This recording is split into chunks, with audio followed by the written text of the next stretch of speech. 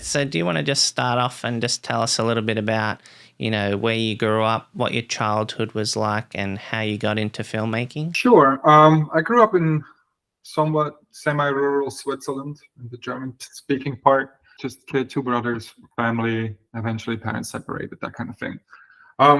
I always liked cars as a kid. I wanted to become a race car driver. I was big into Formula One. Ferrari, at the time, that must have been like late 80s, around then. But eventually that lay dormant again, and I became a teenager. I didn't have a film camera growing up or anything like that, so it wasn't like given to me. I had a photo camera. I remember when I was 5 years old, because it was I have photographs from pre-kindergarten. So when I was 5 years old, I got a little compact photo camera with some weird format film that doesn't exist anymore, and shot around with that until I didn't have any film anymore. But so photography has always been around. My dad was not a hobby photographer, but was a photographer. Like, he photographed every now and then. He worked as an architect. My mom stopped her studies after she got pregnant, so it was kind of like that thing, but not like an upbringing in a family of artists or entrepreneurs or anything like that. And then eventually, my teenage years, I got really into skateboarding, and over the course of the first 2 or 3 years, I realized that my fear management, in hindsight, my fear and pain management wasn't great. So I didn't progress nearly as quickly as most of my friends. Unless it was very technical stuff, I could do some of that, but I didn't progress nearly as quickly as them. And when I did, I usually got hurt doing it. And so I was sidelined a lot, and there started to be, after a while of skateboarding, there started to be high-8 cameras around. Being sidelined and seeing your friends learn new tricks and you doing the same 5 tricks because you're too afraid to try something new, I started to film more and more my friends skateboarding. And so I developed kind of a hand for doing that. And that was like when I was 15, 16, 17. And then I moved out of my mom's house at age 17 into a little shared apartment with a bunch of potheads, and it became kind of the hub for all my skate friends, and we would hang out there, and we had all this footage. And so I somehow got a hold of 2 VCRs, video recorders, and a little mixer thing, a video mixer thing in between, where you could go black and white and more color, and you could add music into it, and edited my first skateboard video at age maybe 18, maybe 19, from high-8 to VCR. And so that kind of gave me a little bit of a direction of what I wanted to do. But the idea that I could do that professionally, especially in Switzerland, where the skate scene is very small and there's no money to be made, there was no path for me to turn this into a professional career of any sorts. While we were doing that, while I was working there, though, that a few friends and we decided to make a stop-motion animation film. And so we got together and we collectively wrote a story, and we collectively made a design, and we got a bunch of grant money, a little bit, not much, but a little bit, enough that we could take a little studio space and start working on making half a second a day of film, basically.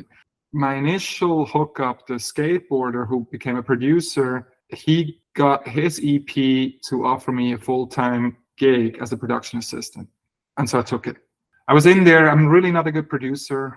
I'm learning a little bit, but I wasn't a good producer at all. I didn't know the ideas of like the budget, or the price list says 650 is a gaffer's day rate. Then I'm going to offer them 650 because it's in the budget. And then I'm getting screamed at, no, you should offer them 400, take them for 500. So the 150 stays on our side, but it's budgeted for 650 so that we make more money. And I'm like, that makes no sense. The guy's worth 650, so I'm paying him 650. So like, really not that good of a production assistant in that regard, but I knew how to edit, and I knew how to do post-production stuff, like compositing stuff and motion design. And so more and more they would use me in-house to do motion design for broadcast stuff.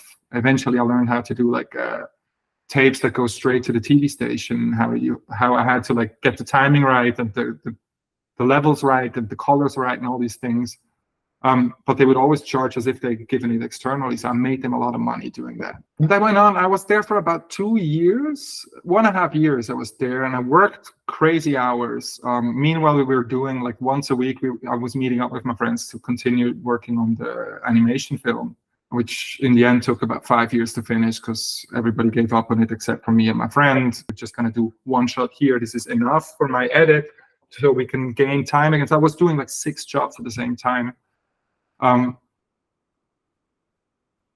Came back, was exhausted, obviously, came back, edited it together.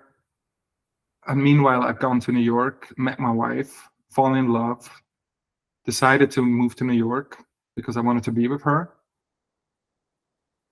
And my project wins the advertising award in Switzerland in the fall, and I'm about to leave for New York. So first project that I direct, a big thing. Everybody's like, oh my God, this is amazing, this is amazing.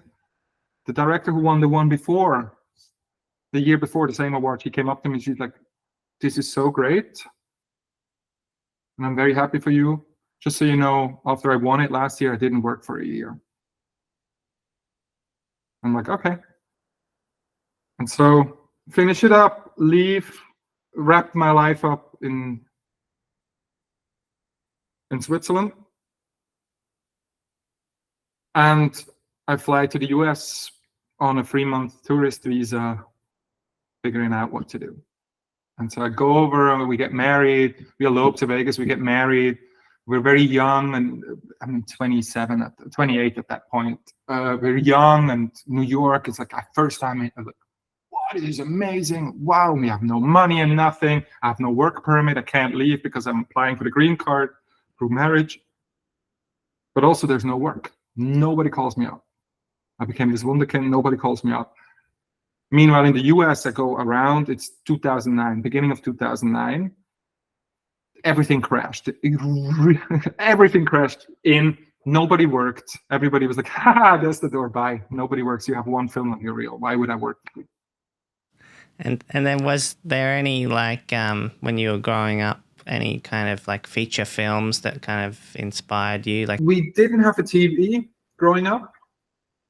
So we watched, I would watch like at my grandparents' house, but that was Switzerland in the 80s. So there's like maybe 10, 12 stations, and you watch what's on. And so that was a lot of like old-timey Christmassy movies, but like the European ones, so it was like Alibaba and things like that, some weird stuff that would run through Christmas Day, and we would just be glued to the TV because this was so unusual for us because we didn't have a TV at home. And then it was quite a bit of the old James Bond stuff, Roger Moore and Sean Connery, old James Bond stuff, but not like there was not like an affinity for like good filmmaking around me growing up. What changed when I moved out at age 17, I would watch a lot of TV late in the evening, and so I started seeing things like in the realm of the senses, like the famous Japanese film, a lot of like film festival films that were like really on the ground, lots of like Eastern European cinema, Japanese cinema, things often where I remember now images from the films, and I cannot find these films. It's impossible because I don't remember what the films are called or who made them, but there were just images happening, and I would just soak them up. And in between, I would watch all these skate videos over and over and over again, and I collected VHSs and later DVDs of the skate videos because I just wanted to have it. I wanted to. The first The Matrix was one of those where I was like, that'd be great to do. That'd be so fucking cool to do. Oh my God, that would be so cool to do. But the idea that this is a path forward, I tried to get into film school, and they flat out rejected me brutally. I think a really touching, you had to do a little film, a short film. I did a really touching short film. My friend still insists that it was the best thing he ever seen. He's been in the commission a few years ago, he's been in the commission to recommend which students he thinks should get into school. And he's still convinced that it was one of the best he's ever seen, but who cares? I watched it recently. It's not that great. And so film school was not accessible for me. So there was no path for me to go into film. So like the idea of me being able to make films outside of it just being a hobby for myself, I think Matrix was the kickstart, because that came out in 99. So I must have watched it in 99 because I watched it in the cinemas more than once. I remember which cinema it was even. And I remember who I watched it with. So I think, yeah, probably The Matrix. And I rewatched it recently. The first Matrix is fucking genius still. It holds up incredibly well. Not the second, the third, not really, but the first one, incredibly well. Like, how did you do the light painting? Is that all like in-camera practical effects, or is there like some visual effects, like jumping across the river, the lights like reflecting off the trees and stuff? Like, how did you do all this? What we did is we first shot the pass with the Steadicam or the crane or whatever we were using in whichever location, or the handheld or whatever. And then we shot a slightly wider shot that included more or less everything we needed to see. And sometimes we shot one in this direction and one in this direction, where we had somebody walk through with the lamp on a pole to basically capture the reflections on the rocks. What they then did in post was use our shot, a hero shot, composite in the path that the light part is going. I use this to edit, to get the timing right. How long is the particle going to be here? When do I need to cut in this pan and all these things?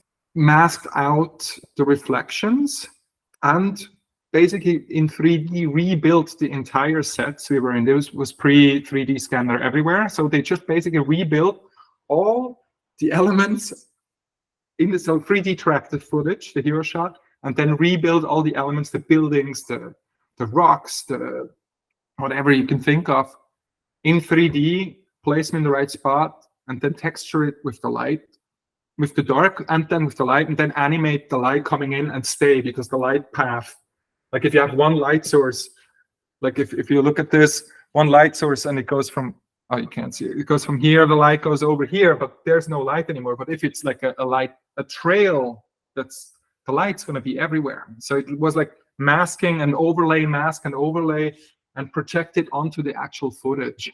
So it was a very complex process that they didn't know. He didn't know at the time if it was if it's going to work. He was convinced that from a logical standpoint, it should be working. And he did. They eventually got a huge write-up for this project in one of those trade magazine, 3D trade magazines. I forget what they're called, but like I have a few friends who had their work shown in it now and then.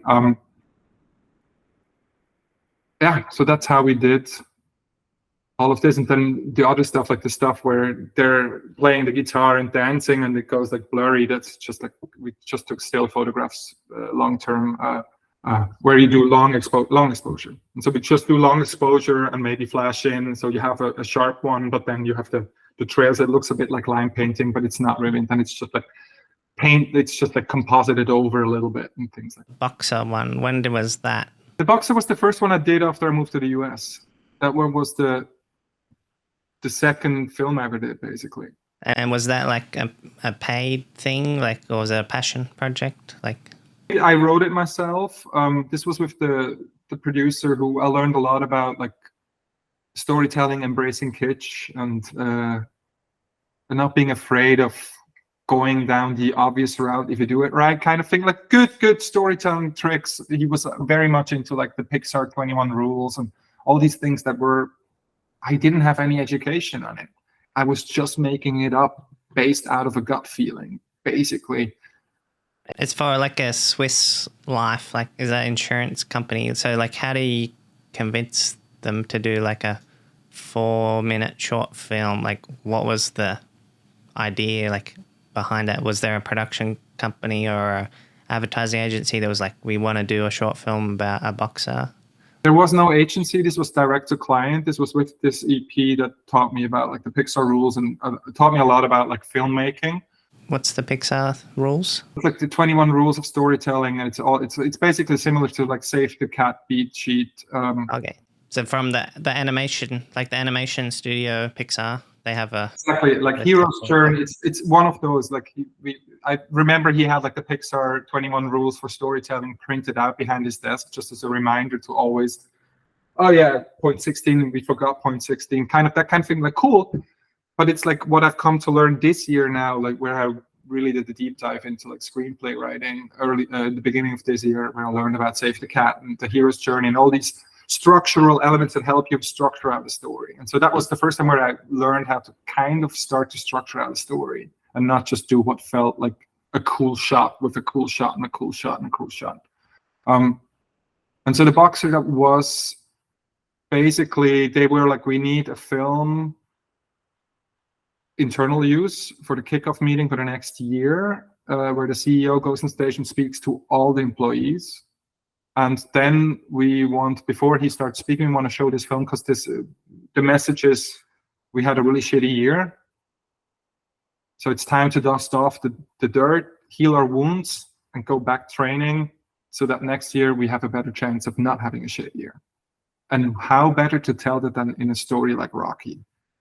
And you start it with the fist hits your hero's face and he goes down and he's counted out and he's miserable. It's a great beginning for a short film. It's like, obviously for a feature film it'd be different. You'd have first the backstory of the character and all these things and establish that before you get the call to action and all these things. But for a short film, you start with the moment that stings, that makes the change, makes the person want to change. And then you show the struggle through the change, which is the training, and you end up on being ready for the next fight with confidence. Yeah, and so I wrote that while I was in New York, and then I flew over all like economy class, cheapest flight possible, stayed at my friend's couch. I stayed at my friend's couch for years. He was just so supportive of me, made barely any money. Like for this project, I was paid, I think, 11,000 Swiss francs for the whole fucking thing, for the writing, for 2 days or 3 days of 2 days of shooting, for the editing. I edited part of it. Yeah, that's how this came. So the client was like, we want a story that really hits hard and that all our employees are going to be like, whoa, emotionally invested. And we're like, okay, this is one of 3 approaches, and they liked it. And so I was in, and that's how we did it. And I ended up working with the client quite a bit, never like in a capacity where it felt like I'm mastering my filmmaking, but always as like solid craft. You've done a bunch of like other kind of short, I don't know if they're films or commercials, like Loneliness, Strawberry Cake, Serona, Staying Awake, My Fate, and then like a webisode series, and then like a Zurich TV spot. Like, so all these kind of things are like every couple of weeks or every couple of months you're kind of like getting one, and like it's kind of barely like low budget kind of stuff. It's super low budget. I was barely being paid. But I knew how to stretch the money back then somehow, or it was enough that it kind of worked out. It was always enough to continue, but it wasn't really lucrative. But also I would have gaps of like 4 months, nothing happens. And it seems to be a constant in my career that like I have big gaps in between where nothing happens, and I don't understand, and nobody can tell me why, but it's just what it is. And I've come to a point where I'm not too freaked out about it anymore if it happens. I'm currently in one of those, and I'm just like, all right, I'm just going to do something else. I'm writing a screenplay, and I did. So I did all these jobs, and I just took whatever I was offered, because first of all, I didn't have like in hindsight, I wish I had a producer like. And maybe Switzerland was the wrong spot for that, most likely. But like I had a producer, like in Germany, you had that. In England, you definitely had that. In the US, you had that, where they found a young talent and would build them up and would make sure that they get chosen for the right projects with the right creative teams, where they can really show what they can do.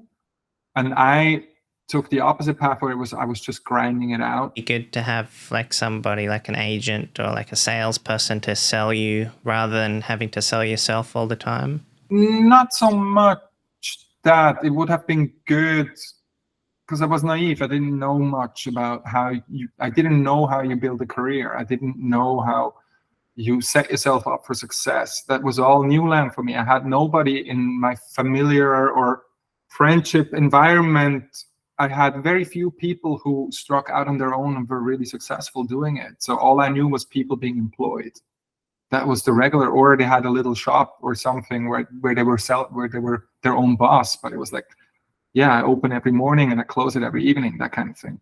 So the idea that I can make a career of it, it kind of happened, but it was like, not. I wish I had guidance through it. I wish I had an EP who was like, I like what you do. I think your talent is great, and I have the right connections that we can build you up in the next 2 years. And it's not going to be much money, but it's going to be great projects because we're going to put every single dollar into the fucking project, and we're going to put some of our own money on top of it, so we can make commercials that really shine. So then in 2 years we can go for the $1 million projects.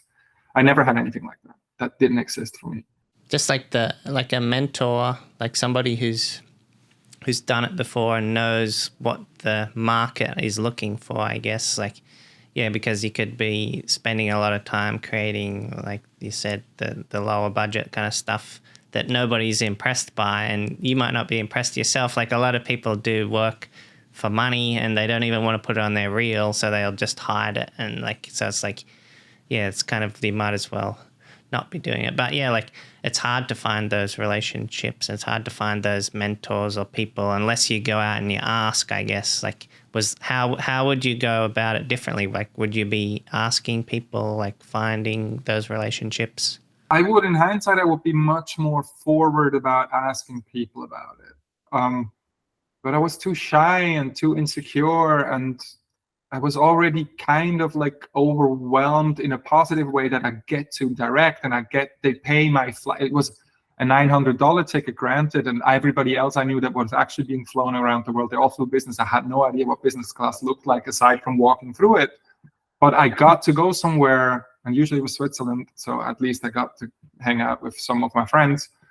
I got to fly somewhere to do some work, got a bit of cash that I could then stretch for 3 months. It was kind of a great setup. I wish in hindsight that I was a bit more strategic about approaching my career, but also I was already way beyond whatever I could have imagined. I was living in New York. I was not supposed to ever live in New York. And I was living in New York, and we were going to underground parties, and we knew we were on the list on certain places. Yeah, so I was basically, until 2014, I was just trying to, I started more and more working in the US as well. I had like a small production company, like really low paying jobs. And I had like a few friends that I met outside a nightclub, smoking cigarettes, or like randomly somewhere, like in a bar or something, that I would end up working with. And they would hire me for jobs, but it was all non-union, it was all smaller budget. But like, I got to work with somebody like Kate Arismendi before she blew up, and she's been doing second unit for Dune and has become this gigantic icon of a young female cinematographer. And I got to work with her in 2013, I think, which is right a year out of college for her. Like, cool shit. And we did like a tiny little thing, but it was cool. And so that worked really well till like 2014. I did all of that, like small thing, and it was like, it was good, but it was also getting a bit tired, but it was working well enough that I was making a solid working class income. Let's put it that way. I wasn't making good money, but I was making solid working class income, and it allowed my wife to go back to school for a few months to get a degree in strategy for advertising, so she could start an actual career in her early 30s. So this worked great. Yeah, talking about like as an immigrant, like you appreciate where you are, like you really like take it on board, but it's also like you don't want to push too far as well. Like you kind of like in the middle where you're like, oh, I'm here, but how do I kind of like get to the next level? And it's kind of like, you know, like you're mentioning, like some people will be getting like the higher budgets, and they might not be necessarily like a skilled director or know exactly, you know, the filmmaking process, but they're good at with people, they're good at talking, they're good at getting into those circles of like. A large part of directing, actually. And it's weird because when I first got into it, it was like the thing where it was like, it was fairly guarded. There was a lot of like safeguarding. And then when I started doing stuff was right around the time when suddenly digital cameras started coming in, like the Red. We shot the Boxer on the first Red, the Red one. We shot that on the first Red. The image quality is like there's like as soon as there was light hitting the lens, it was abhorrent. It was gross as fuck. The color thing, they figured it out a little bit better, but it's still. But yeah, the color, the skin tones, you could not get them right on the Red. But it was like, oh, and then the 5D came out, and everybody was like, oh, and you go on set, and the client would be like, why are we paying you $200,000 if you come with a photo camera I can buy for $3,000 myself? And so gotchas came down, but you suddenly had all these people that also were vying for the same job. So it became very competitive in a way, but it also opened it up so that a lot of people who had no access before, because it was really guarded, and so a lot of people suddenly got opportunities. So it was interesting, but my mindset was still kind of in the, okay, I've done good work already, this will continue, and I wasn't prepared to have to constantly be selling myself, because I grew up in a thing where you had people like Chris Cunningham who would not talk to people on set. He would just be like this, and he would get booked on jobs. And it's like, I'm not comparing myself to Chris Cunningham, that'd be blasphemy, but like, did he have a good producer or somebody that was advocating for him? I mean, I think it was Academy Films, if I'm not mistaken. But yeah, he was like, of course, like he was, yeah, because he did all these like groundbreaking things in the 90s that like everybody loved and loves, and that stood the test of time. Most of it really stood the test of time, and it's still looking as fresh as can be. But so you had these characters that didn't need to be salespeople, but I was kind of getting to know the business when it was still that. But then when I started in it, it was just changing into your agent, you are a director, but you're also your salesperson, you're also your editor, you're doing everything, like especially the selling part. And I was never good at selling myself, really. And yeah, I don't think I've gotten much better since. I think it's like a lot of it is about like awards. Like the people who make the decisions might not be experts in filmmaking or commercials or advertising, but they'll just be like, okay, I'll trust the word of a jury or an award. Like, okay, he's won an award. Okay, that means he's good, right? Like, so you wonder if they actually know what you're doing, but they'll get into this role, kind of like we were talking about in terms of, I don't know if it's like nepotism or like they're just in the right place at the right time, and they grow the ladder, and these people are the ones that are making decisions, not necessarily for the right reasons. But if you have an award, like which your first commercial was good, but to them maybe they're like, oh, like what award is this? Like it needs to be an American award. Like, so kind of like starting again from scratch. Nobody cared about that award. Neither in Switzerland they cared about it, but only to the point of like, oh my God, this was fabulous, you did great work, but we're not going to hire you. Like nobody hired me for a year in Switzerland, basically. And it's like, aren't I your wunderkind? Why are you punishing me for this? Kind of. But like whatever it is, what it is. I pitched one job in the whole spring and summer that year. No, actually 2 jobs. One was like a $20,000 job. The other one was an actual budget with an actual story. And somebody I know who's done great work did it, and he did it way better than I could have probably at that point. So that was totally fair. And I also didn't know how to pitch, because I've written 1 page of story sheet and then a few shots in showing, but I've never written a treatment deck, a 20, 40, 50 page treatment. I didn't know how to do. So I was, yeah. And so I did a bunch of those things, and it kind of worked really well in 2012, 13, 14. It worked really well for a bit. And I was like, oh, great. And I shot with like an NBA player who that year became like the rookie of the year, J.R. Smith, who was at the New York Knicks. He later played with LeBron with the Cavs. I shot stuff for ESPN with him. That was a lot of fun.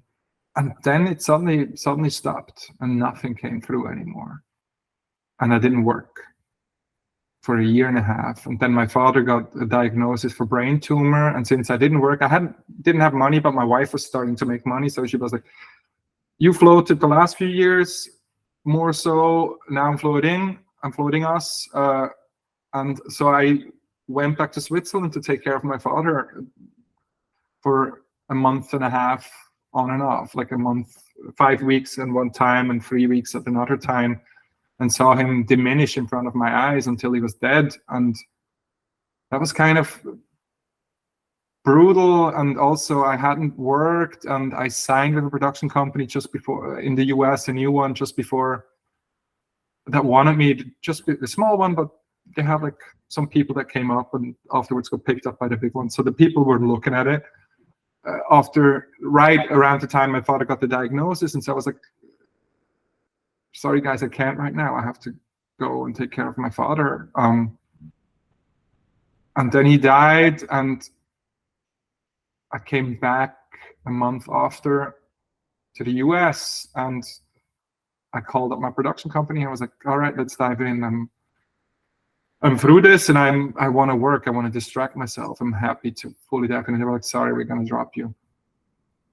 And so I was dropped from the, I'm not going to say who he was. It doesn't matter. I don't think they exist anymore, but I was dropped right after my dad died. So I was like, okay, I'm done being a filmmaker.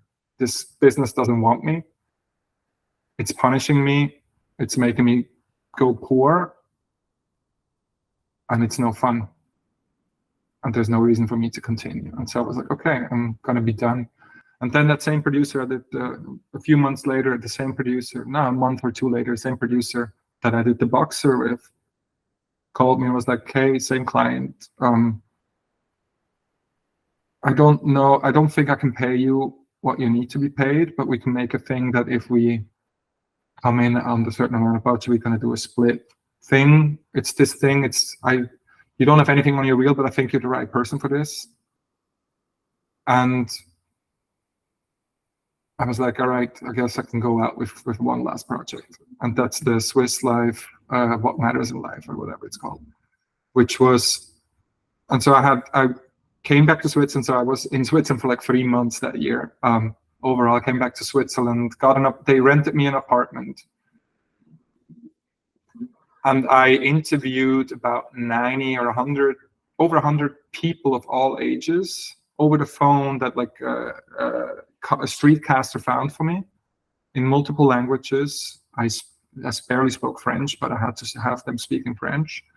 And I interviewed 100 people, over 100 people, what matters in life for them. And then out of all the things they said, and for 2 weeks, I was just sitting in front of the phone, interviewing people I've never met that didn't know what I look like.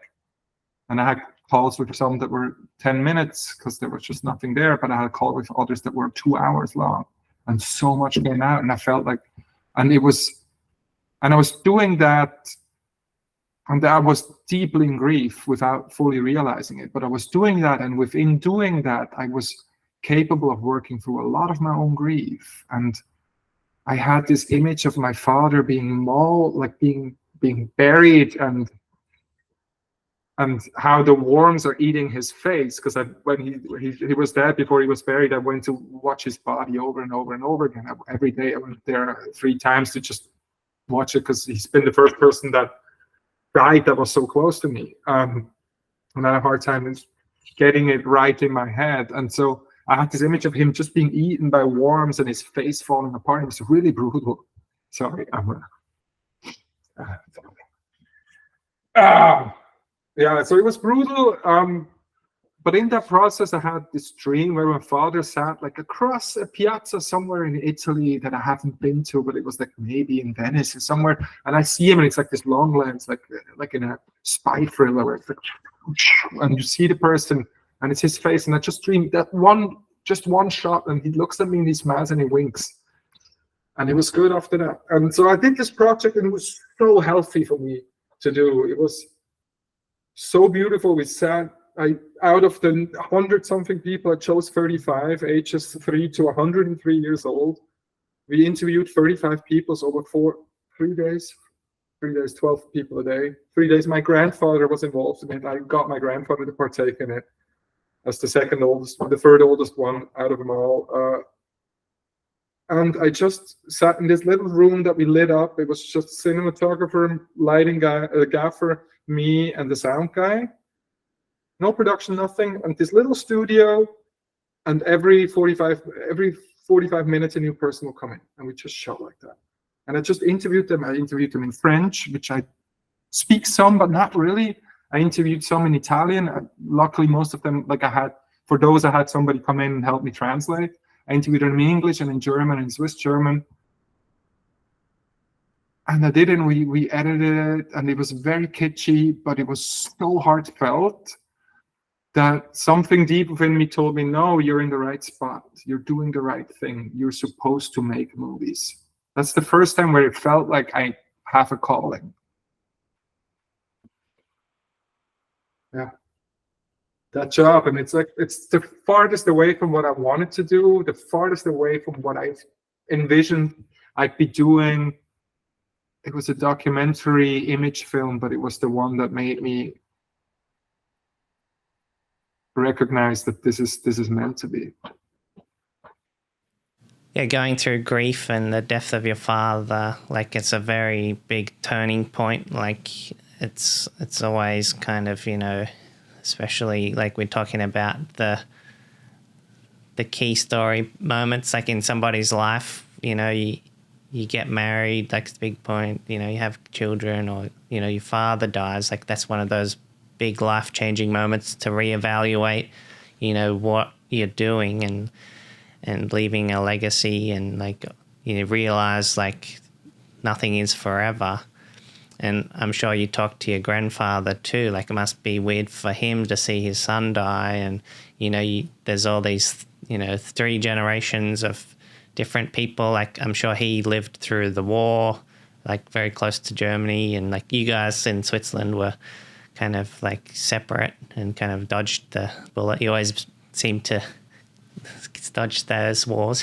That's McFeels. That's how they dodged the bullet, largely, yes. How did the Idris Elba project come about? After my father died and I did this project, my wife and I spent, either that year or the year before, we spent over Christmas a few weeks in California. She grew up in LA. And so in the spring of 2016, I bought a car and we moved to LA. And I bought the car I wanted to buy. I bought a 911. Granted, it was $21,000 because it was a bastard 911. It was a 996 first year, which now they're starting to understand how valuable it is. But back then it was cheap. But I bought a 911, first car I ever owned, manual. The day we moved out of New York, I flew to Tennessee to pick up my car, to look at my car. I had it checked at a garage down there. That they were like, oh, no, it's great. Went down to look at it, buy it, drive back to New York, pick up my wife, and then we went on a 3-week road trip all across the US, and I put 7,000 miles on it in the first 3 weeks of ownership of that car.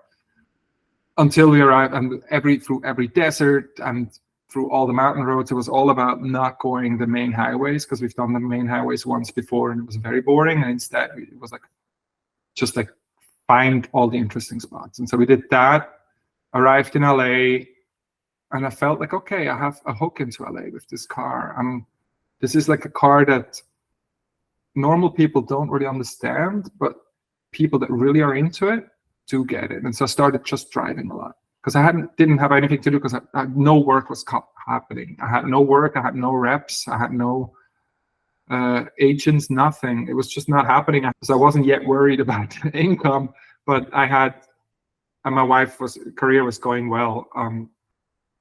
And so I just drove a lot. I just drove every single road that looked interesting within the area of 4 hours around LA or 5 hours around LA. I would drive up to Manzanar, the internment camp for the Japanese. I would drive the 395 all the way up to Mono Lake and back. I would drive all the 2 highway, Angeles Crest, which is famous and currently closed because of the mudslides. But I would drive that all the time. I would drive it once a week. And suddenly, through that, I slowly got to know a bunch of car people. And it was car people back in Switzerland where I grew up. It was mainly 2nd-generation immigrants, and I wasn't in that world. Or it was like very like brutish working class people, usually right wing. working class people. So I wasn't into it. I was much more into the intellectual lefty, open societies or cliques that I like to hang out with. But here I found a very diverse car scene. People from all backgrounds, quite a good amount of women, etc. And so I started taking interest in it, and I started an Instagram account in 2017. I started an Instagram account finally, and one of the first pictures I took was of this 240Z Datsun, and it had like rusted holes on every body panel. I just took and it just like the pattern of it was the texture was just so great. I took a picture. It was maybe my second or third shot I ever uploaded onto Instagram, or maybe my 10th or something, but one of the very early, and I somehow tagged 240Z on it, and the guy whose car it was, I didn't talk to him. I just saw it parked outside the restaurant up on Angeles Crest, where I would go once or twice a week, just to drive and forget about the world. The guy whose car it was messaged me. He found it by accident, messaged me. And so I met up with him and his friends who have a garage here in Glendale. And I talked with them, and there was such interesting stories. Like, he was a Mexican American, the other one was an Armenian. There were a bunch of Armenian Americans that had like all these like different backgrounds, but they were all working together with this German guy who was doing like engineering stuff, like really interesting stuff. And I was like, there's something here, but I didn't know yet what. And then my long-term friend, Daryl Hefty, who's the cinematographer I most often work with, he came to LA quite a bit during that time because he gotten really into it. He just came to visit, and we started talking about like, let's just shoot something. Let's get a little bit of 16 mil.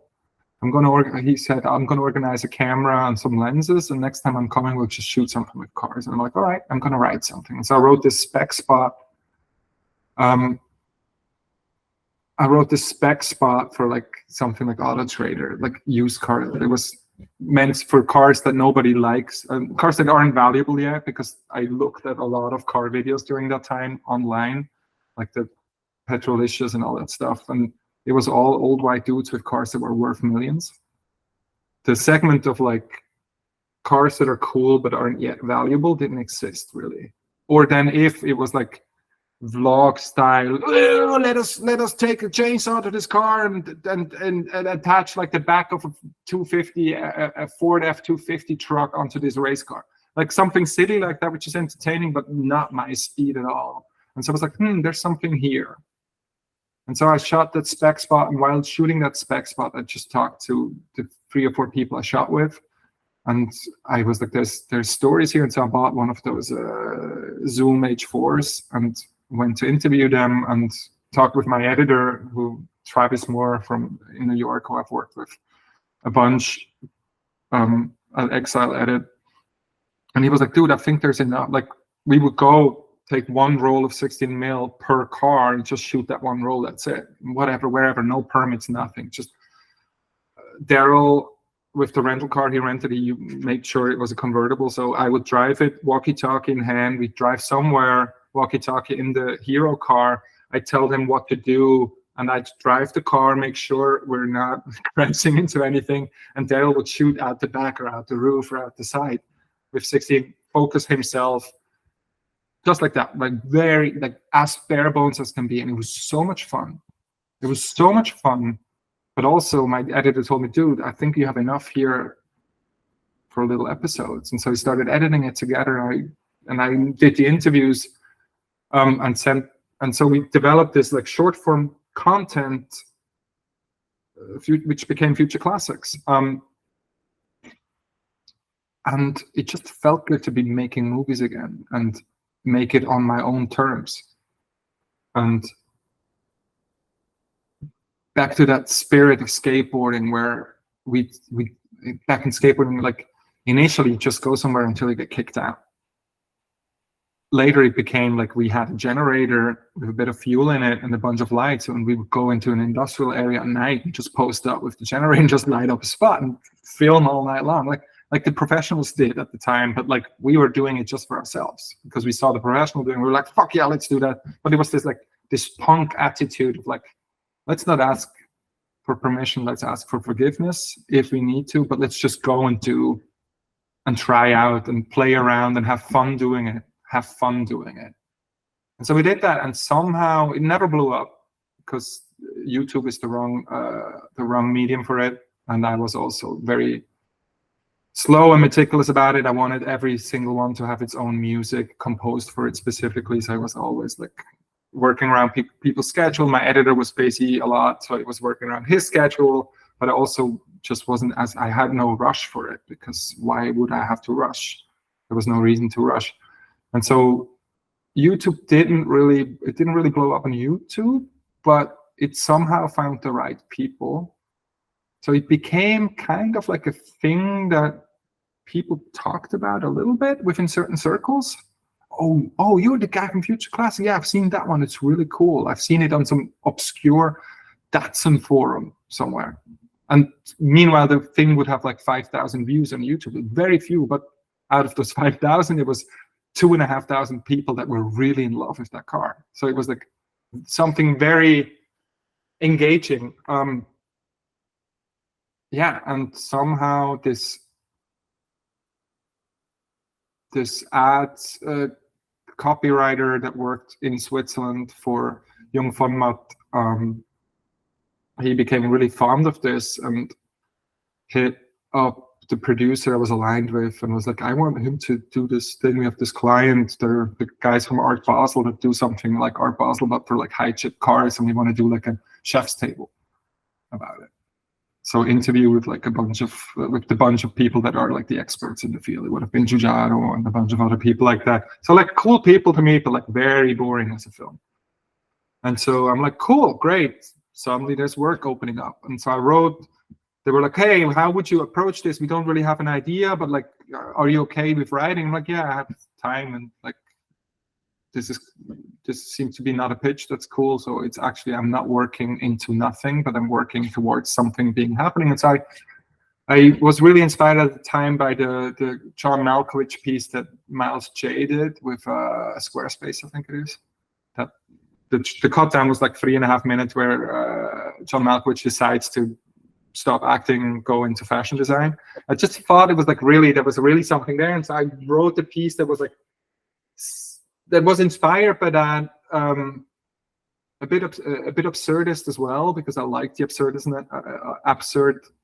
of that piece. But I wrote something with like Giugiaro and whatnot, and they presented it to the client. The client was like, no, we want bigger. And that was still interview style, but it was like a manufactured interview. It wasn't like a docu interview. It was like a scenic interview, basically, scenic work. And the client was like, no, we want bigger, much bigger.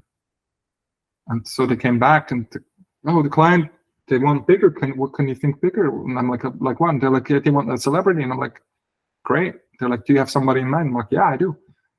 And so I wrote, and they were like, yeah, but also it needs to kind of like, it should be about the question of art, automobiles as collector items or art or something like that. Something in that realm. What can you do?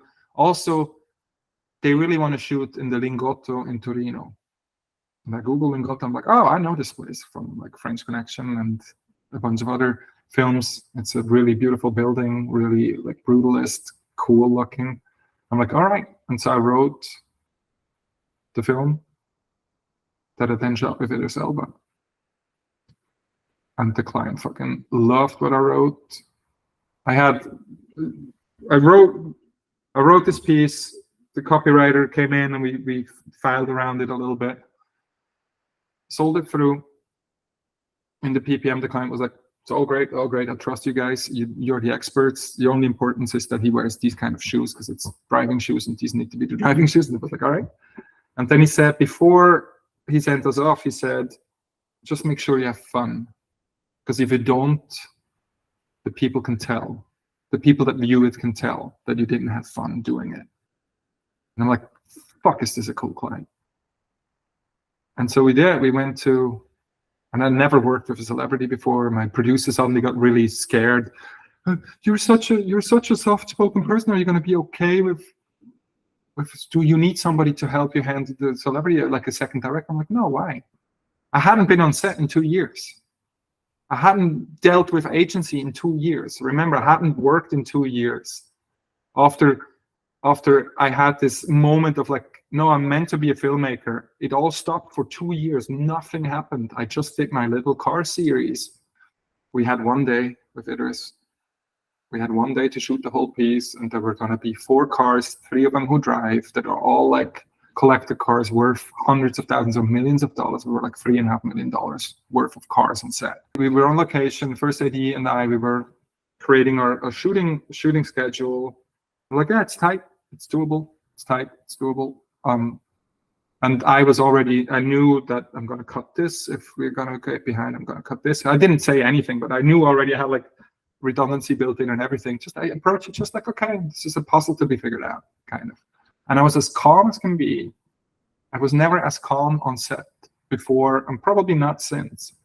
And so we did that, and then the service production in Italy came in. They're like, "You guys are crazy. This is not going to be possible." We're like, no. Just let us do. It's fine. Just let us do. And I talked to a bunch of friends who worked with celebrities before, and I was like, so what's your tip? And they all said, make sure that you have an ironclad plan what you're going to do with them, because they hate if you're not prepared. I'm like, all right. And so I had the first 2 shots I had prepared, and then all the parts of him talking while he's walking, up until he's walking the car, that was all improvised. Because of course I didn't fucking listen. Because I was like, I don't think it's fair for him to not let him explore the space and explore the words. And so I met him the evening before he flew in from across the world. He was very tired, fitting, and everybody was interested to be on set, and suddenly all these people were suddenly on set too that were nowhere in the process before, but like, it's fucking Idris Elba. Everybody loves Idris Elba. And so he's there, fitting, goes through, almost disaster, but worked out great. And then I sit down with him and we chat a little bit, and I'm like, so would you be okay with improvising tomorrow? This and this and this and this and this part. And he's like, yeah. I'm like, good. And then the next morning we went there. He was on time. He was prepared as can be. He was excellent. We did 2 or 3 takes on every single thing, max. That was it. And just went through the whole day, a 12-hour day, just straight through. While he was going back to the camper to eat or to take a break, I would grab. We'd shoot on a regular Alexa with like Cook anamorphics, but we also had a 16mm camera, the Future Classics 16mm camera with us, my cinematographer and I. And so in between, we just shoulder the 16 and just shoot the inserts real quick on 16. Back. Okay, they prepped this already. It's ready. Cool. Okay, everybody's moving up, so we're gonna shoot down real quick. And in 3 minutes, like we did on 16 on the Future Classic stuff, it's like, let's shoot this. Let's shoot the logo here real quick. Oh, the sun is great. Let's stop here. Just take this. Got it. Cool. Like that, we shot like all these inserts, all these moments. Turned out Idris Elba was too tall to drive the car he's driving up, the old Alpha. Too tall. Couldn't fuck. Like his knees were. He couldn't like push the clutch properly. And so we had somebody dress up like him while everybody was on lunch break and drive up, and we just shot it with the 16, so you can't see that it's not him. And meanwhile, somebody from production was organizing. So they organized a flatbed. We rearranged the shooting schedule a little bit because we knew in 2 hours the flatbed is here. So let's shoot this later. Let's shoot this instead. Blah blah blah. Super quiet. Everybody's freaking out. The first AD and me were, no, it's fine. Okay, we'll do this. We'll do that. Okay, we're good. Cool. Okay, let's shoot this. Good. Boom. Let's get the camera up there ready to shoot so we can start in 10 minutes. So we did that all day long. It was supposed to rain in the early afternoon. I had no idea if Idris Elba was going to be okay driving that the Civilo, the Lancia around the curve. The Lancia blew up, like overheated after every single drive around. And the engine was smoking, and we saw that in the morning. I'm like, oh, fuck, this is going to be a nightmare. And they're like, no, non fa niente, a little bit of water, and it's good, it's running. And so they just like, And it was loose and easy. And so Idris did his thing. And literally when we screen cut, it made, and it rained down so hard that we had to wrap in rain. You can see in the last shot, you can see it's pretty much shot chronologically. You can see in the last shot the raindrops coming down in the absolute last shot. Yeah. So, what was they were like promoting like a car exhibition or like a museum, or like what was the? Basically, they wanted to do like a Pebble Beach, but for super high chip cars, like 5 million and plus above. And so they had this very interesting concept of like how like these boxes that they built for each car, and like really cool. But it was just like they had like really bad timing, and the parent company lost a shit ton of money that year. So the next year it was all canceled. We were supposed to do a series of these, and it never happened because the company went bankrupt. Because you did this Future Classics off your own like passion project, you decided like, I'm going to make something. They saw that, and then you were able to book this job. Like, that kind of shows the importance of like continually working. Like you said, you didn't have a job for 2 years. Like, if you just stopped, people wouldn't know that you exist. Like, and you don't have like that production company fighting for you to get the jobs, and you probably weren't like going out and like doing any bidding. So to produce your own content, I think it's like inspirational for other people to take that on board. Like, some people shoot spec commercials, some people do like Instagram videos or whatever, but yeah, constantly putting stuff out there, it's kind of like advertising yourself. I have mixed feelings about that generally, because I feel like spec commercials, I wish my opinion of it was different, but I have a hard time putting a brand logo that's worth billions of dollars behind a piece of thing that I paid for that nobody paid for, just to try to make it in somewhere. I have a really big problem with that. And so that's why Future Classics became Future Classics. So the spec stuff is kind of out. So it's short films, but short films has its very own avenue, which is festivals, which I've done as well. Hope Street in 2016, it was premiered at Odense Short Film Festival, the international one, and then went on to a festival run for about a year.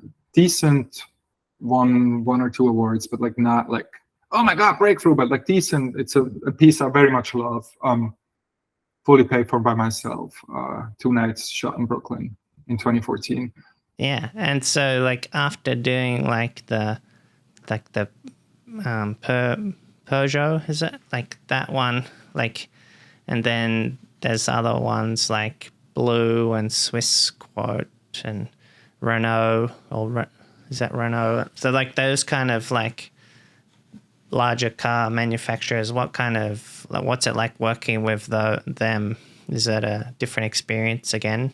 It is, because I've cars, like directly for the car manufacturers, I mainly work for French companies, and the French have a very hierarchical system within corporations and within agencies as well. And so, and that was, I didn't know that going into it because I hadn't worked with French people before the Peugeot job. And that was kind of like a weird wake up call, like, whoa, okay. Where the creatives and we had this really good working thing, and we worked towards a piece, and then did the edit. And I was in Spain for a month, and it was just like prepping, shooting, editing, everything, because it had to be out for the big car show in Paris. And it was last minute because it's a concept car, and concept cars are always last minute, and you don't know if they're actually going to run. So it just shut down on us the night we actually drove around with the Ukraine to shoot all our driving shots, and just locked down for like 3 hours and not doing anything. We're like, oh, we don't have a movie, shit. They eventually got driving again, and we got it to run for like the 15 minutes in the early morning light, which is 90% of the commercial in the end, which is funny. But we shot like 4 days for it. Yeah, but it's like so interesting because I suddenly got to play with a lot of toys. I pitched a bunch of stuff in between. I had suddenly quite a bit of interest still. I pitched a bunch of stuff, but it took until the next summer for the next job to come, which was the Swiss Quote, the one take thing, which I'm actually really proud of. I gotta say, it's one of my better pieces.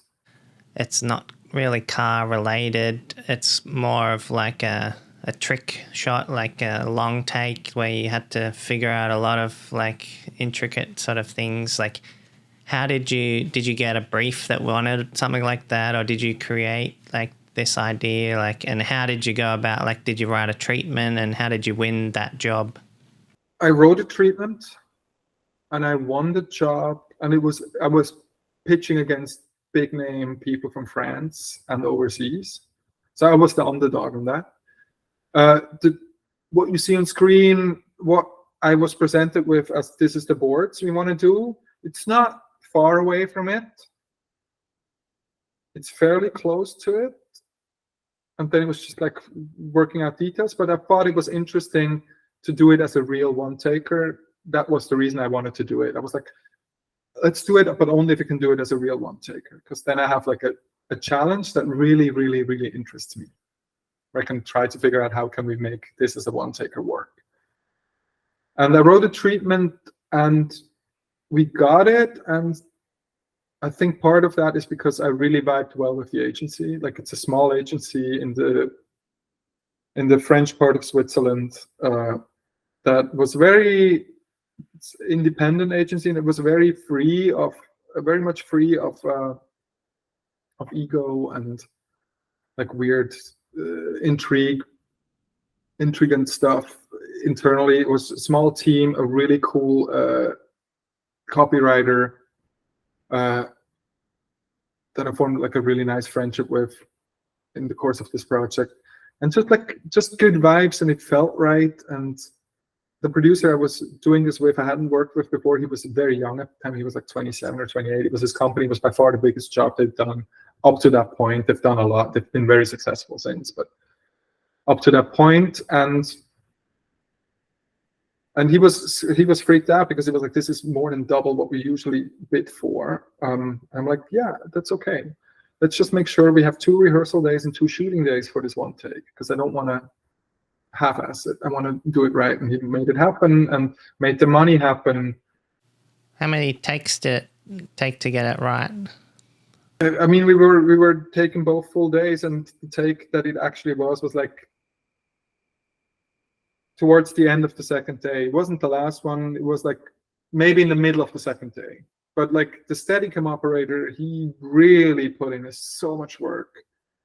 The focus puller, everybody put in so much work, because like if the last lady, if the last dude messes up a line and everything was perfect, you have to do it again, but you have to do it probably again for like 15 times until you get to that point again. And you just do that day after day after day. Do you remember how many takes you did overall? We're somewhere in the 60s, probably 80. But that's takes we shot, and then we rehearsed for a day and a half. We rehearsed before that, where it was like not the actual camera, but kind of the same camera, or like a thing, like a bit lighter, so he wasn't like, we weren't like killing our Steadicam up before we started shooting, but we were already like rehearsing all the timings everywhere, and where does what need to sit and where does what need to be painted, so that the perspective works, so that there's not like a weird gap in between. All these things, it's like very intricate to then figure out. Yeah, but it was a really pleasurable work experience. It was a lot of pleasure. It was just like nerding out with a project that on the surface feels like a fairly boring commercial for a bank, but it's actually kind of cool. It's actually, there's like moments in there, it's actually like where all the suit people walk in and block him and he disappears, and she comes out of it and continues walking, and the timing is just so perfect. There's no speeding up, there's no hidden cuts on this. This is literally the take. It's a good thing to have on your reel, in terms of like, look, I can do a one take, like I can do a long one-er. Like Spielberg does a lot of like one-ers, they call them, and with the blocking and the characters, and like that's something that you can be like, look, technically, look, I can do it. So then they're like, okay, cool. And also the acting works the way it needs to. Like all these like intricate details, and the timings are right here, like that. Yeah, and you have a surprise here and you have a surprise there, and a bit of abstract fun, like the guy walking in the beginning behind the flag, who is basically a moving sculpture. That was my idea. That was not in the script initially. I was like, fucking, let's put a fucking moving sculpture of a dude going to work in a suit because it's against suits, and this is what we don't want. So we painted him slightly gray, which I copied from Roy Anderson's movies, like Songs from the Second Floor and whatever his other movies are called. I'm blanking on them right now, but I copied that where it's like, let's just paint all the guys' faces gray except for the 3 actors that we need, and like all this fun stuff that's just a lot of fun, and everybody, the agency was just down for it, and like it was just cool to do. It was just like this joy of making something, seeing something we all work towards come to life. Really enjoyable project. Yeah. And then after that, I did Renault, which initially started out as a much different shoot, but then eventually just was that. And that one was a little bit of a nightmare based on the creative team of the agency. That's the one in the studio. Did you have like a special camera rig, or you just all steady cam just running around? And we had like a motion control camera because the creative director insisted on having it, which cost quite a lot of budget and time. But I didn't see need for it because whatever was in it, I didn't see the need for it except for the pack shot, because we shot the 4 cars in the studio and there was no studio in the world, in all of Europe, big enough to put the 4 cars in and still light it up. Or the one that was booked out forever or something, the one in Hamburg that actually exists. And so we shot this on a TV stage an hour outside of Kiev.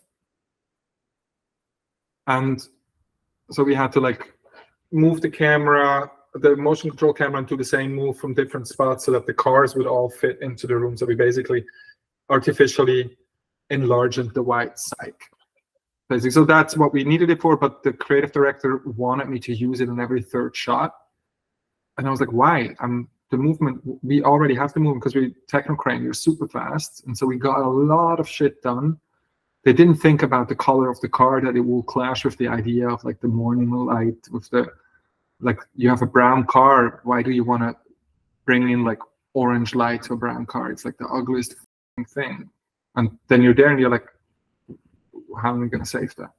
I'm just going to do my own takes. I'm going to do your take that you want, but I'm also going to do my own take. Back to like the people that aren't skilled and like they find themselves directing, a lot of the times like you could just get a skilled car crew, like camera arm crew that drives, knows where to put the camera, DP to kind of carry the shoot. Like a lot of the times the director will go, I don't know, what you guys figure it out. Yeah, but I also, to be honest, I've also gone into projects where I just left that open. I didn't, because I felt like I have the right crew where I can just go by feel on this one.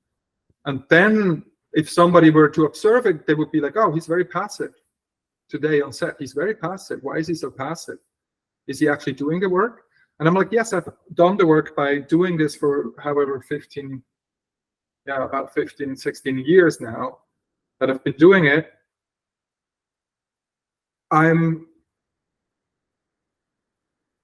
I have built up enough knowledge and skill that I know when I can let loose, when I can let things unfold, and I can always revert back to the tricks of the trade I know to fix the things that don't work out from doing that. Like the one I did, the Piëch one I did,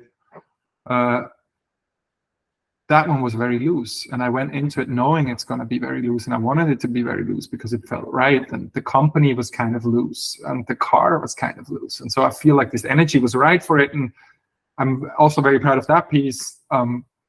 Despite it being super low budget and whatnot, but it was a cool experience, and a lot of me was just sitting in and seeing until we got a few moments that I was like, this is great, this is great, this is great. Can we have a bit more of that? And can we have a bit more of that? Can you do one more of like that? But like I just sat there and just let things unfold, and sometimes that's the right thing to do. Like sometimes I love going into a project with knowing exactly every single shot, but I also love for reality to surprise me, to give me something I could not think of, because my knowledge and my capacity, my mental capacity is so limited compared to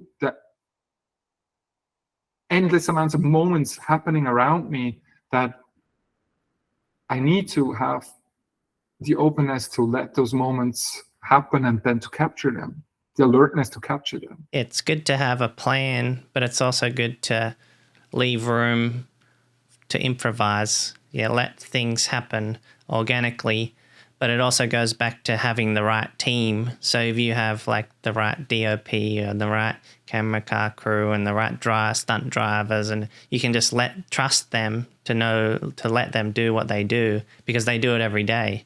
And that's what happens a lot, is people will put the trust in the right team. But if you don't have the right team, you obviously you can't just let it happen.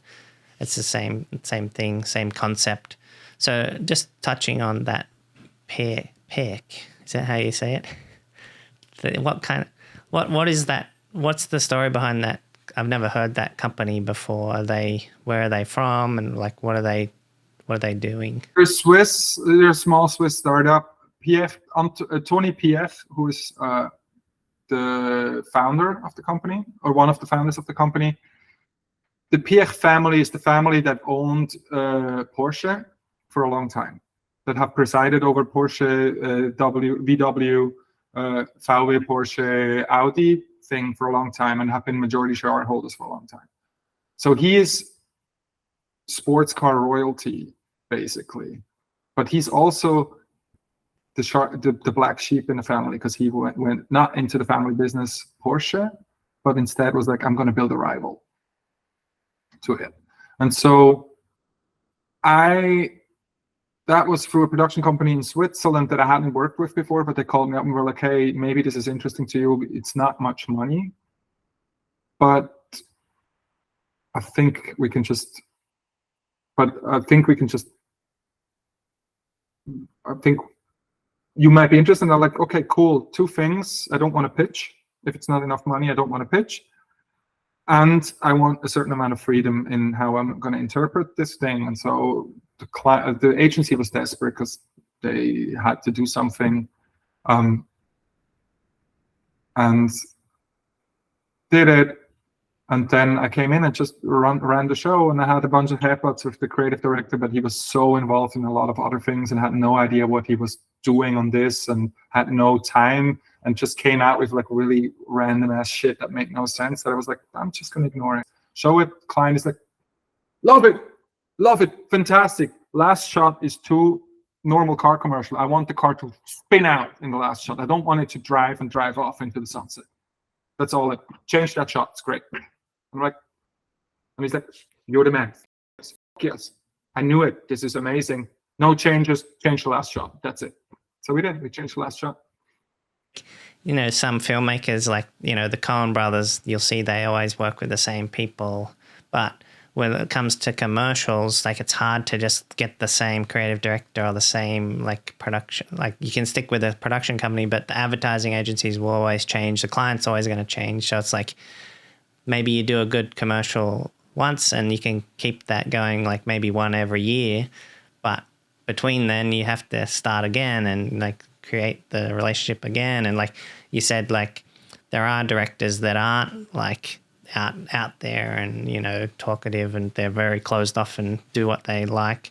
But it's probably very rare. It's like you said, it's most likely somebody who's come from the agency world that understands the client, understands the market, understands how to talk to people, putting together the right producers and like the DOPs and having it all, like the system around them. Whereas that's, I guess, there's work being putting out, but like you said, it's mediocre. Like that's why there's so many commercials that nobody cares for, because they're boring or they're just... That's, in my opinion, it's just because they're made by committee and everybody is afraid of making a mistake. And so if you create work, if work gets created out of a fear of making a mistake, it's likely not going to be that great of work. It's just avoiding possible pitfalls. That means it's going to be mediocre at best. And corporate structure, all these people that talk about like how government is so wasteful but corporate is so slim and whatnot, and it's like, no, it's actually the exact same thing. Corporate is as bureaucratic as government is, except that you need to push out 15 or 20% of profits on top of everything. So it's actually less effective, in my opinion. But what I want to say is that corporate functions in that most people make decisions based on fear of fucking up. So they make whatever decisions ensures that they're going to keep their job and they're going to look better than their competitor. So nobody's very few people are taking risks. And if it's mediocre, your ass is not on the line in almost every single corporation. There's exceptions, of course, but this is generally how corporations work. And therefore, it's often not that fun to do commercials because whatever is edgy about it gets whittled down to it just being smooth but kind of boring. The AdCouncil, was that like the latest thing you did? What was the kind of the last project that you worked on? It was cool because I could flex my visual effects skills again, and I had a really nice working relationship with the Post House in Prague that I would love to work again with. The shoot itself, I didn't feel that great just because the location was really not that. It wasn't a lucky location, but it was like the only location that made sense. Like, as soon as I knew the location was fixed before I was on location, as soon as I walked into location, I was like, oh fuck, this is going to be a tough one to make. This is not going to look anywhere like I envisioned it. This is going to look very different, and I have no idea if it's going to be good or not. And so I'm not very happy with it. I'm very happy with the shark and how the water moves and how that thing works and how the people interact with it. Was it a real, like, was it actually there, like the aquarium? Yeah. Yeah, it would have been financially impossible to shoot it on a green screen and then have everything animated in post. That would have been too much post-production. Yeah. Also, it's difficult for kids to react against a green screen versus react against an actual aquarium. It does something to the little light in the eyes, the flicker in the eyes. It does something. What about the shark? Did you have something for them to look at, or you just? We had a plastic model of a shark, of a great white, it was up on stands that we could put there for most of the shots, and then for certain close-ups, we had a tennis ball on a stick for them to eye at. Yeah. Do you have any projects that you're kind of working on in the future? Are you going to continue doing your own passion projects when you have time, or you have anything on the horizon? I have a pretty much finished short film that's going to go up to festival soon, in the hopes that we get into a nice festival, to have a nice little festival run. It's a story about a mother-son and Alzheimer's. And I've written a feature-length script of that this spring that I'm currently rewriting for the second draft, that I'm going to go out and try to get the cast that I want for it after. So it's going to move. I have no idea what the time horizon on that will be, but I'm going to be naive and just think that it's going to happen very soon.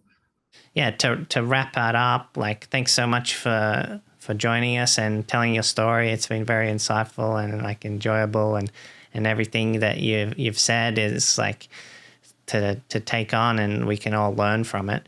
But do you have any kind of like last thoughts, like last advice for people who want to get into filmmaking? Maybe they want to like film commercials. Like, I know like creating your future classics has been like an awesome thing for you, and it's led to other like things. But what would you say to somebody who's kind of just starting out and they want some advice on what they can do? First of all, I would say steal as many ideas as you want, because we all do, and it's normal, and there's nothing really wrong with it. And then I would say do things that really matter to you, the projects. Don't try to emulate something because you feel it might get you somewhere, because you're always going to be 2 steps behind them. And you're always going to be trying to do something at half the budget that it needs to be done with. So it's always going to look shit. It's always going to be shit. So instead, do something that flashes you and and has a bold voice, or has a subtle voice, or whatever is the thing that flashes you or that speaks to you, but do something that you care about, because you're going to be spending so much time and so much frustration with the filmmaking, because it's just that. It's a lot of time and frustration but also great moments and everything. It's a whole little universe of things in itself that if you don't care about the project, it's eventually going to burn you out, I think. And to care about sometimes can be like a really good paycheck. That's absolutely valid. But if you do, especially if you start out and you do your own work, which is what you're going to do at first, either in film school or just for yourself, or with your cell phone, or with your buddy's Alexa that you can borrow because he bought one because he's got the money for it, or whatever. Do something that flashes you. Steal ideas and shots, and steal from paintings, and steal from the reality of when you're riding the bus in the morning and you see this one person always acting a certain way and it gives you a hint. Steal from everything that happens around you, and then do something that you give a shit about. I think that's what it is. At least you know you cared about what you were doing. The process, at least then, even if it goes nowhere and you never have a career in film, at least the process while you were doing it was worthwhile. Yeah, thanks so much, Elias, and hopefully we can do it again sometime, and I'll keep an eye on what you're doing. And I'll keep an eye on your progress as well. Thank you very much.